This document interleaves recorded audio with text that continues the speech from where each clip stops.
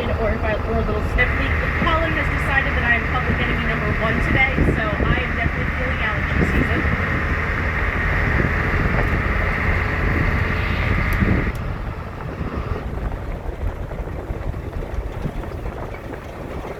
So coming up here on the left, you guys will be able to see a white pavilion. Directly underneath of that pavilion is the commercial entrance to the Penn's Cave Cavern.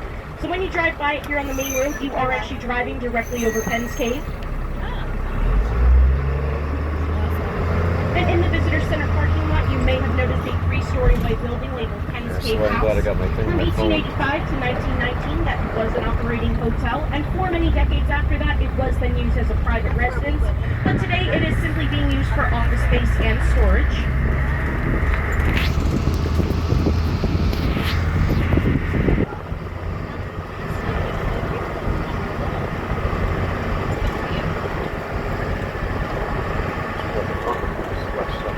Bumpy. The back of the bus is always the bumpiest.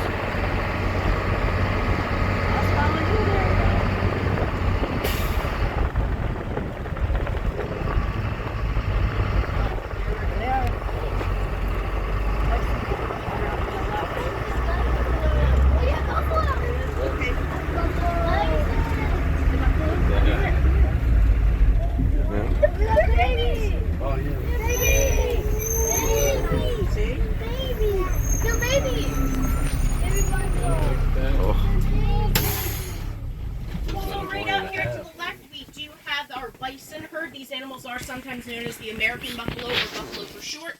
And this is because when European settlers first came over here to North America, they did actually see these animals as far east as Pennsylvania, and they went, well, they do kind of look like the buffalo that we've seen in Asia and Africa. They do definitely smell like them, and they do also taste like them. However, bison and buffalo are actually completely separate species from each other, and there are some physical differences between them. Bison, as you see, have horns that come from the sides of their heads and they curl up, whereas buffalo actually have horns that start at the tops of their heads. They come down and curl out almost like pigtails. Bison also have those large bumps on their backs. That is the result of 2 fused vertebrae in their spines, and that does actually give them extra stability walking along rocky, uneven terrain, and they can actually walk over ice without slipping as easily. Fully grown, these animals are anywhere between 1,400 to well over 2,000 pounds. They can reach speeds up to 40 miles per hour. They can make very sharp turns very quickly, and they are capable of jumping with all 4 of those hooves leaving the ground. The animals did almost at one point go extinct because of overhunting. At one point, there were less than 1,000 of them left all throughout North America. But because of conservation efforts, there are roughly 500,000 of them today. They are, of course, found out in the Midwest in wild herds in a lot of the national parks, but they are very commonly found on farms such as this. Now, because Penn's Cave does actually operate as a farm as well, and we do have an animal out here that has a very low-fat, low-cholesterol meat, we do actually take a steer every season, we do harvest them, and we do use them for the burger supply here at the Penn's Cave Cafe. If you guys are interested in trying one, I do recommend it. Not only are they very tasty, but they are locally sourced. Does anyone have any questions about bison? Yeah. You don't know it? Yes. How heavy are the babies? So the babies, I think when they're first born, they're about 20 to 30 pounds, but I wouldn't be surprised if they're already well over 100 pounds at this point. They're actually moving as if they're breathing. The breathing is so heavy. Keep on, like, moving. So they're shifting right now because they're trying to keep insects off of them lately. That's why they're always kind of jerking a little bit.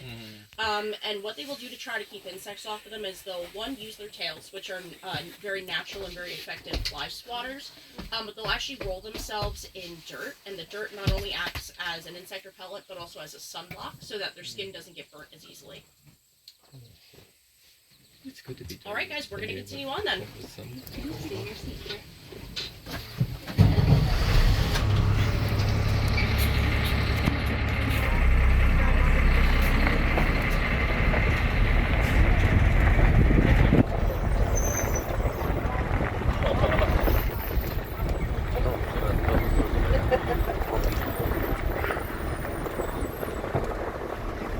I'm glad I got this Loctite in my phone.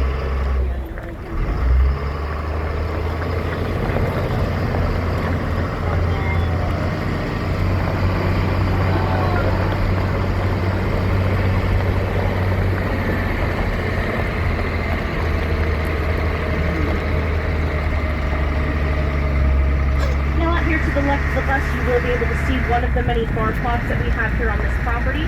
We do farm roughly 800 acres out of the 1,500 acres that is owned. And on these plots, we do grow alfalfa, clover, timothy grass, hay, corn, which is right out here to the left, soybeans, and occasionally oats. And we do feed all of these crops to the herbivores or plant eaters that we have here on this property. The crops make up roughly 75 to 85% of their daily food requirements.